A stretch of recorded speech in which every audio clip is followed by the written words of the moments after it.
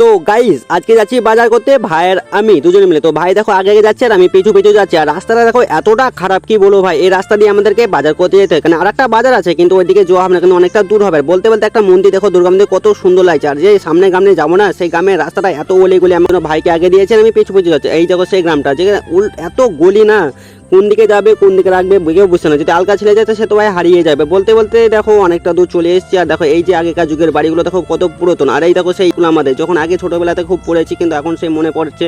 কিন্তু ভাই এখন তো আর ঢুকতে পারবো না, কেন আমাদের তার বয়স নাই স্কুলে যাওয়ার, তার জন্য আমরা সাইড কেটে চলে আসলাম। আর দেখো বাজারের বাইরে থেকে চলে এসেছি। আর বাজারে ঢোকার সময় ভাইকে জিজ্ঞাসা করলাম কি নিবি।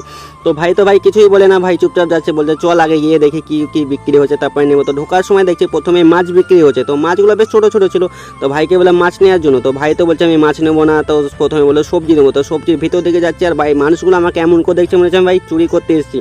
তো ক্যামেরা নিয়ে প্রথমবার যখন ঢুকেছিলাম তো সবাই তো চমকে। আর আলু জিজ্ঞাসা করে তো ভাই এত সবজির দাম কেউ। আর এখন সব রকমের সবজি বিক্রি হচ্ছে। তো অনেকক্ষণ ঘাটাঘাটির পর ওদিক ছুটাছুটির পর দেখছি অনেকটা ভিড় জমে আসতেছে। মানে প্রথমে ছিলাম কিন্তু ফাঁকা, কিন্তু এখন বেশি মনে হচ্ছে দাম বাড়ছে। তারপরে ভাবলাম একটু খেয়ে আসি। তা চলে এলাম মুড়ির দোকান। তো সেখানে একটু ভাবলাম একটু মুসলাম মুড়ি খেয়ে আসি। তো দাদাকে বললাম একটা মুসলাম মুড়ি দেওয়ার জন্য। তো দাদা দেখো কত সুন্দরভাবে মুসলাম মুড়ি দিয়ে দিল।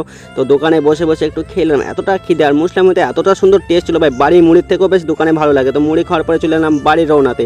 তো বাড়ির রওনা কি দেবো ভাই, এখানে সবজিগুলো ভাইকে সাইকেলে চাপিয়ে দিতে হবে। তো সাইকেলটা আনতে যাচ্ছি, তো রাস্তায় ভাবলাম বাজার থেকে কীভাবে সাইকেলটা নিয়ে আসবো ভিতর দিক থেকে।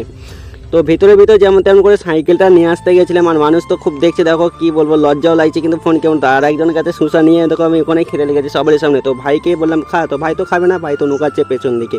তো ভাইকে দেখো সবজিগুলো সব প্যাকিং করে দেওয়ার পরে ভাইকে সাইকেলগুলো আমি চাপিয়ে দিলাম। তো ভাই তো একা একা যেতে পারে না বলছে। তো ওইদিকে ভাইকে অন্য রাস্তা দিয়ে পাঠিয়ে দিলাম আর আমি অন্য রাস্তা দিয়ে এলাম। তো কেন তারপরে আর একটা দেখো ভাই পেছনে চেপে গেছে, মানে ও যাদের গ্রামে বাজার করতে গেছিলাম সেইখানে ওর বাড়ি। তো সেখানে ওকে চাপিয়ে নিয়ে সোজা বাড়ি ছিল। আস্তে আস্তে দেখছি আমার সাইকেলে ব্রেক খসে খসে অটোমেটিক পালাচ্ছে।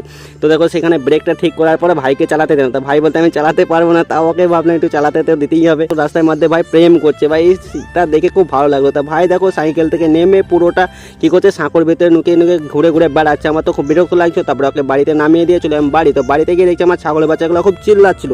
তো ওদেরকে চুপ করিয়ে গরুকে কিছু খাবার দিয়ে চলে এলাম পুকুরে চান করার জন্য। তো পুকুরে দেখো অনেকক্ষণ চান করতে দেখছি একটা ভাই ছিল। তো ভাইকে একটু ছুঁড়ে ছুঁড়ে ফেলি। তো ভাই তো বেশ মজা নিচ্ছিল।